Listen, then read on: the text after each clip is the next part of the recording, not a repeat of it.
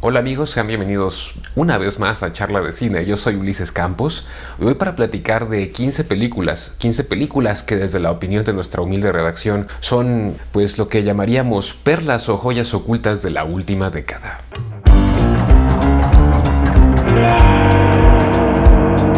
Como ya saben, en este canal tratamos de ser muy diversos, de incluir todas las opciones las más posibles, más allá del género o incluso del origen. La reflexión es que una historia bien narrada es una historia bien narrada, no importa de dónde venga o de qué género sea. Lo común es que nos enfoquemos en los títulos que normalmente tienen este perfil mediático alto porque tienen un muy buen reparto, porque tienen un gran director, porque se presentan y ganan en los festivales internacionales, y esto ocasiona que sean títulos o películas que tienen la atención de la comunidad cinéfila del mundo. Sin embargo, hay otras muchas películas o historias que logran trascender muy a pesar de no tener en su reparto o directores famosos. Nadie las espera, nadie les presta demasiada atención, y sin embargo son películas que lucen por su calidad. Pero en muchos de estos casos lo que sucede es que muy pocos nos enteramos de que existen. Es por eso que aquí les vamos a recomendar hoy 15 títulos de los últimos 10 años. Películas que cumplen parcial o totalmente con la premisa de haber trascendido muy a pesar de no tener un director o un reparto conocido. Incluso a veces de algún género que no es popular, pero películas que en general valen mucho la pena ver. Esta es una lista que no necesariamente sigue un orden particular, no es una cuenta regresiva y tampoco es un ranking. Las recomendaciones como nos fuimos acordando de ellas. Así que empecemos. La primera recomendación es Gotham by Gaslight del 2018. Empecemos con una película animada que no es ni Pixar ni Disney y que es parte de la maravillosa y larga lista de éxitos que tienen Warner Animation junto con DC, que hace cuestionar por qué rayos en el live action DC no se asocia con la misma gente con la que escribe las historias para el mundo animado. Bueno, claro, esto excluyendo al Snyder Cut. Como sea, la realidad es la que es, y en este caso tenemos al encapotado en un ambiente victoriano, como sugiriendo una especie de Sherlock Holmes, aunque claro, nada exacto. Y le toca investigar una serie de asesinatos recientes a manos de un asesino en serie conocido como Jack el Destripador. Batman persiguiendo a Jack el Destripador. ¿Y qué puede ser más maravilloso que una historia de este estilo? Es además la adaptación de la novela gráfica de Mike Mignola y Brian Augustine. Y dejando de lado todas aquellas críticas que pudieran ser puristas y que una historia como esta pues no se apega al canon, aún así es una gran película de animación con una gran trama policial. Y puede que no sea una tan gema oculta, porque para quien sigue todo el mundo animado de Warner y DC, posiblemente esta película pues no le sorprendió. Pero para el resto de nosotros, incluyéndome a mí que no soy tan fan del cine animado, esta es una peli que me vino de maravilla. Y le doy a esta cinta un 9. Nuestra siguiente película es una película coreana, que se refiere, o su nombre por lo menos se refiere a un hito de la historia de Corea. Myeonryang, o mejor conocida por su título en inglés como The Admiral Roaring Currents, o El Almirante Corrientes Rugientes. La película retrata la batalla naval que ocurrió en 1597 durante las invasiones japonesas que tuvieron lugar entre 1592 a 1598, o sea, un año antes de que terminaran estas invasiones. El almirante coreano Sun Shin-ji lideró a una flota de 12 barcos contra una flota japonesa de 330 barcos, en lo que es considerada una de las mayores victorias navales de la historia. Pues es que esto parece ser algo así como los 300 pero en el mar, y sucedió justo al suroeste de la península coreana. En ambos lados de la batalla hay egos desmedidos, hay odio y resentimiento, hay traiciones por todos lados y además una inmensidad de problemas con los que hay que lidiar más allá del enemigo en sí. En esa época incluso los chinos se referían a los japoneses como los demonios que vienen del mar, lo cual es un título bastante justo teniendo en cuenta que los japoneses eran unos guerreros bastante fieros. Una película que tiene una excelente reconstrucción histórica, una gran fotografía, un gran desarrollo y construcción de personajes, con un gran rol central en Min Sing-choi y con un gran secundario en Ryun Seung-ryong. Una película que demuestra lo que la convicción de un hombre puede lograr, de cómo una estratega naval superior y sobre todo un líder nato logra transformar el miedo en coraje y una derrota inminente en el combustible para motivar a toda una nación. Una cinta a la que le dimos un 10 de calificación. El siguiente lugar es para una película del 2015, Bone Tomahawk.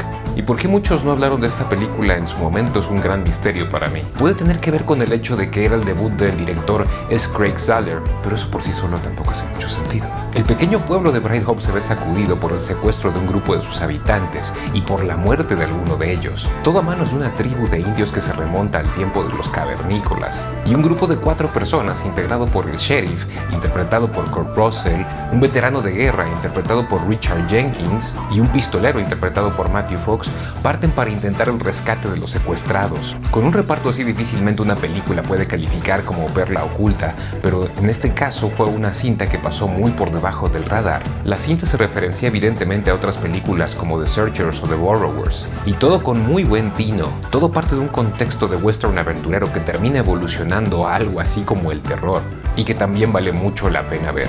Una cinta a la que le dimos un 9. ¿Y por qué esta lista no estaría completa sin una de Vampirus Byzantium del 2012? Otra película que en su momento tampoco llamó demasiado la atención y de la que no se habló mucho.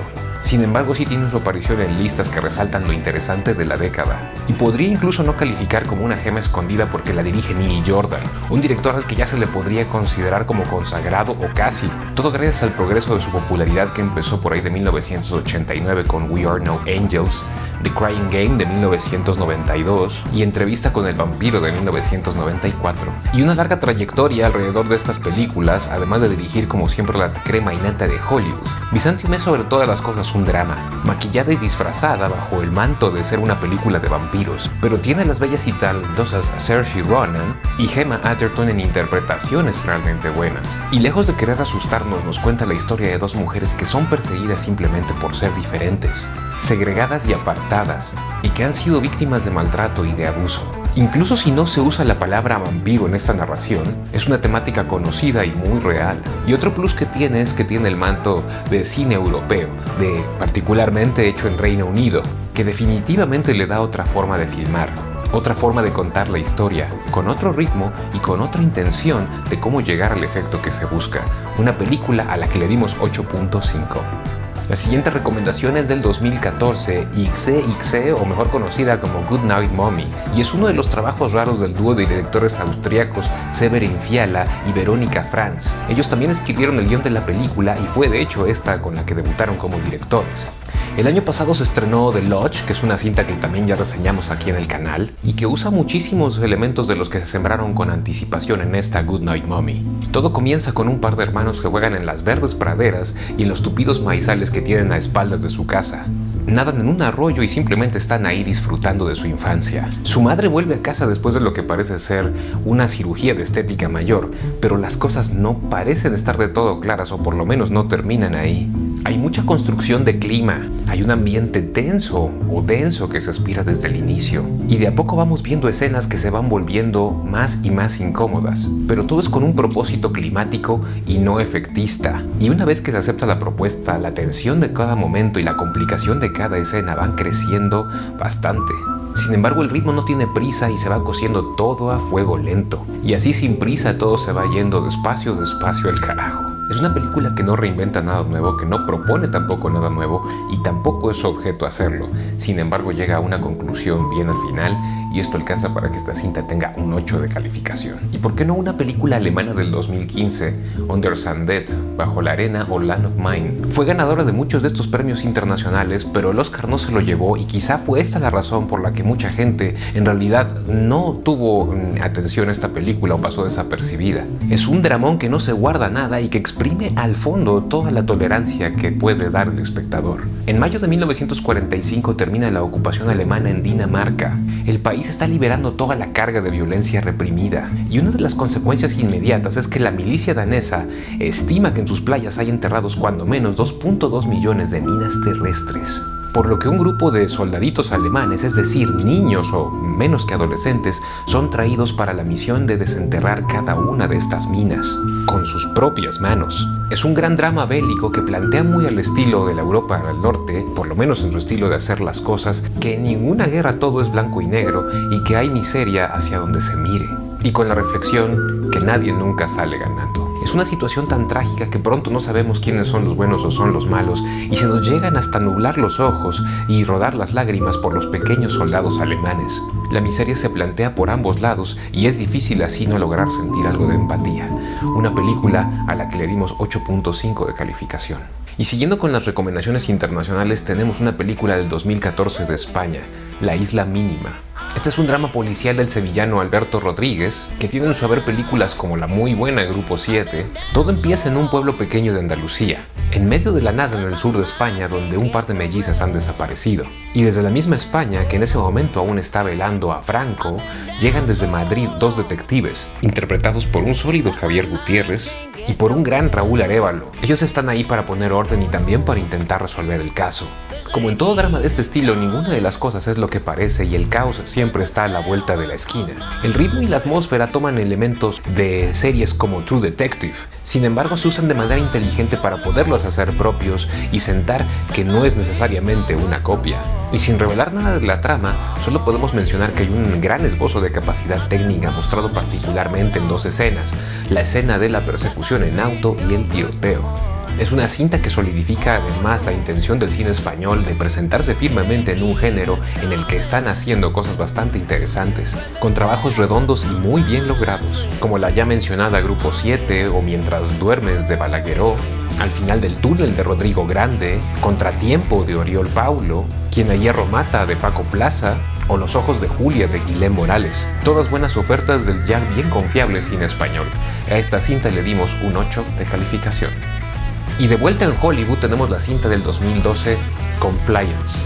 Esta es una cinta de las que podríamos decir que es una de las grandes ignoradas de la última década. Es un drama dirigido por Craig Sobel y que toma su premisa de los hechos que sucedieron entre los 90s y hasta el 2004 por un personaje de 37 años llamado David Stewart, quien se dedicó a llamar a tiendas y restaurantes de comida rápida haciéndose pasar por un oficial de policía. Convencía a los gerentes de las tiendas de que llevaran a cabo algo parecido a una investigación y que en medio de esta investigación hicieran cosas en contra de sus propios empleados. Este personaje fue arrestado en 2004 después de que hiciera una llamada a un McDonald's de Kentucky en Mount Washington, donde las cosas se salieron absolutamente fuera de control. Hubo violencia sexual y todo quedó grabado por una cámara de seguridad. La película está filmada en clave de drama y tiene varios méritos, como lograr transmitir la mediocridad y decadencia de una tienda o restaurante de mala muerte en medio de la nada, y la ignorancia y limitaciones de la gente que ahí trabaja, y lo casi grotesco de la condición humana cuando una persona no sabe cómo actuar ante el miedo. Además cuenta con muy buenas actuaciones como la de Ann Dowd y la de Dreama Walker en el central. Incluso se puede encontrar bastante información de esto en Google si se busca como Strip Search Phone Call Scam, y así poder asociar los elementos en los que se basa esta cinta, y particularmente el incidente del McDonald's de Kentucky. A esta cinta le dimos un 9 de calificación. Y en la parte inclusiva o incluyente de nuestra lista tenemos a Pride del 2014. ¿Y por qué es importante que todo el mundo tenga voz? Es por eso que por encima de cualquier cosa o aspecto técnico es resaltable esta Pride de Matthew Warchus. Es 1984 y la entonces primera ministra Margaret Thatcher enfrenta conflictos con el gremio minero. Al mismo tiempo hay disturbios y los conflictos con la policía se vuelven cada vez más tensos. En ese clima y entorno, la comunidad gay que hasta ese momento no tenía tantas letras, realiza en Londres una marcha para reclamar sus derechos. Y es este mismo grupo que aprovecha estas marchas para poder adherir a su causa, la causa de los mineros, que tienen aprietos económicos y laborales. Y es este mismo grupo que decide aprovechar este movimiento para realizar una colecta en favor del gremio minero por todos sus problemas laborales y económicos. El problema es que los mineros no quieren saber nada de la comunidad gay ni el dinero que ellos recolectan. Y es así que este grupo decide llevar ellos mismos el dinero a las comunidades donde estos recursos más se necesitan. Y como siempre sucede, el único recurso que se tiene para poder superar, en este caso el prejuicio y el desconocimiento, es la educación. Los ingleses podrían hacer esta historia muchas veces y todas se les puede aplaudir. Es el sello característico de retratar historias que surgen en un pueblo pequeño o en un área industrial, tal como existen películas como Kinky Boots o Billy Elliot, o en Northern Soul, The Boat That Rocked, Full Monty o Them United. Historias relativamente pequeñas que relatan lo que pasa cuando se altera el status quo. Ese status quo inamovible que ha estado ahí por siglos. Una cinta con un gran sentido del humor, una muy buena banda sonora, muy buenas actuaciones del elenco joven como Ben Schnetzer, George McKay, Freddie Fox, Faye Marseille, Y además también sumando por el lado del elenco maduro como Andrew Scott, Imelda Staunton, Dominic West, Paddy Considine y por supuesto el gran Bill Nighy. Una muy buena historia adaptada de los hechos y personajes que se dieron en Inglaterra con un estupendo enfoque y resultado. Una cinta a la que no le quitamos nada y le damos un 8 de calificación. En la siguiente posición volvemos al cine extranjero, pero de este continente, Bacurau de 2019. Esta es una cinta que además cuenta con la cara muy conocida de la famosa Sonia Braga, y ya mucho tiempo ha pasado desde que ella nos deslumbrara con su gran físico en una película como Doña Flor y sus dos maridos de 1976 de Bruno Barreto. La misma que volviera loco a Marcello Mastroianni en la película de 1983 Gabriela, Cravo y Canela, y que también tiene la presencia del mercenario por excelencia, Udo Kier. Alguien que podría tener todos los peros del mundo y por supuesto resultados muy diferentes en todas sus cintas, pero con una filmografía tan amplia que trabaja todos los años. 185 películas entre lo que ha hecho para la pantalla grande y televisión que se reparten en 6 décadas. Bacurau es un pueblito en el medio de la nada, y sin precisar exactamente su ubicación solo sabemos que sucede al norte de Brasil. Es uno de esos lugares en donde sin importar el tono de la historia que se está contando nos hace preguntarnos cómo es que alguien decide vivir ahí, en un lugar donde lo mejor que puede pasar es sobrevivir. ¿Y por qué los pocos que viven ahí no hacen nada para irse a vivir a otro lugar, a una ciudad más grande o con mayores oportunidades? Pero lo cierto es que los que viven ahí están y ahí sobreviven. En cuanto llegamos al pueblo nos enteramos a través de la protagonista de que ella está ahí por un encargo que le ha hecho su gente. Bacurau es un lugar que tiene problemas con la ley y que tiene una especie de jefe narco llamado Lunga, alguien planteado como una especie de híbrido entre un delincuente local de cuidado y un Robin Hood. A esto se suma un político local en busca de votos y que tiene también conflicto con la gente del pueblo al respecto del problema de agua, la construcción de una presa y todo lo que esto implica para la zona. Sin embargo, este tampoco es el único problema que existe en la región. Es un sólido trabajo que explora el tema de las clases sociales, la desigualdad y la miseria del que no tiene casi nada, y que encima un día viene alguien a quitarles lo único que les queda, que es el aire de los pulmones. Un buen ritmo y una escalada de acción que va creciendo, la violencia explícita de personajes que no tienen freno, y que explica y narra sin pudor por qué siempre se abusa del más débil, porque se puede. Una joya del cine independiente sin grandes efectos especiales, sin necesidad de filmar en la oscuridad para que haya miedo o angustia, sin necesidad de que haya alguien calvo y de apellido Statham para que pueda volverse una película de acción, con una crudeza que se percibe en cada cuadro, en cada mosca que sale en escena y por el calor sofocante, justificando cada desnudo que aparece y que solo hace relucir una cosa, la historia. Una cinta a la que le dimos 8 de calificación. Y el siguiente lugar es para una película nórdica del 2013, The Keeper of the Lost Causes. Este fue el inicio de la saga planteado por el danés Jussi Adler Olsen, creador del personaje que da vida a la historia, Karl Mork. Un detective conflictivo que resuelve casos fríos. Van 4 películas de esta saga y una es mejor que otra. Embebido dentro del género Nordic Noir, que tuvo su éxito desde mediados de los 90s y hasta casi el final de la década siguiente, y que cuenta con autores muy significativos y se podría decir que hasta imperdibles, como Henning Mankell, Stieg Larsson, Joe Nesbo, Kay Ogdal o Max Wall. A modo de introducción a la saga se nos presenta dicho personaje al detective Karl Mork, que es interpretado por Nicola Leay-Kass, y quien además tendrá a su compañero obligado interpretado por el actor Faris Faris. Una película que le pertenece al género policial que está bien planteada en todo sentido, tanto en el desarrollo de sus personajes como el de las situaciones que se tienen que resolver. Es una película bien filmada con muy buena fotografía, con un tono precioso en general, buenas actuaciones y buen ritmo para envolver fácilmente al espectador. La demanda de atención no disminuye ni siquiera por 2 minutos y es una de esas películas que, califica como gema oculta porque es el inicio de la saga, donde también valen muchísimo las subsecuentes Fassandreverne del 2016, mejor conocida como The Absent One, y la subsecuente película también de ese año conocida como A Conspiracy of Faith. Las 3 cintas son muy buenas cintas policiales y las 3 podrían incluso calificar como gemas ocultas, pero en el caso de esta tiene un 8.5 de calificación. Y ya tan solo a 4 películas de terminar, vamos con la película del 2015, The Invitation. Un grupo de amigos se reúne para tener una cena en una preciosa casa.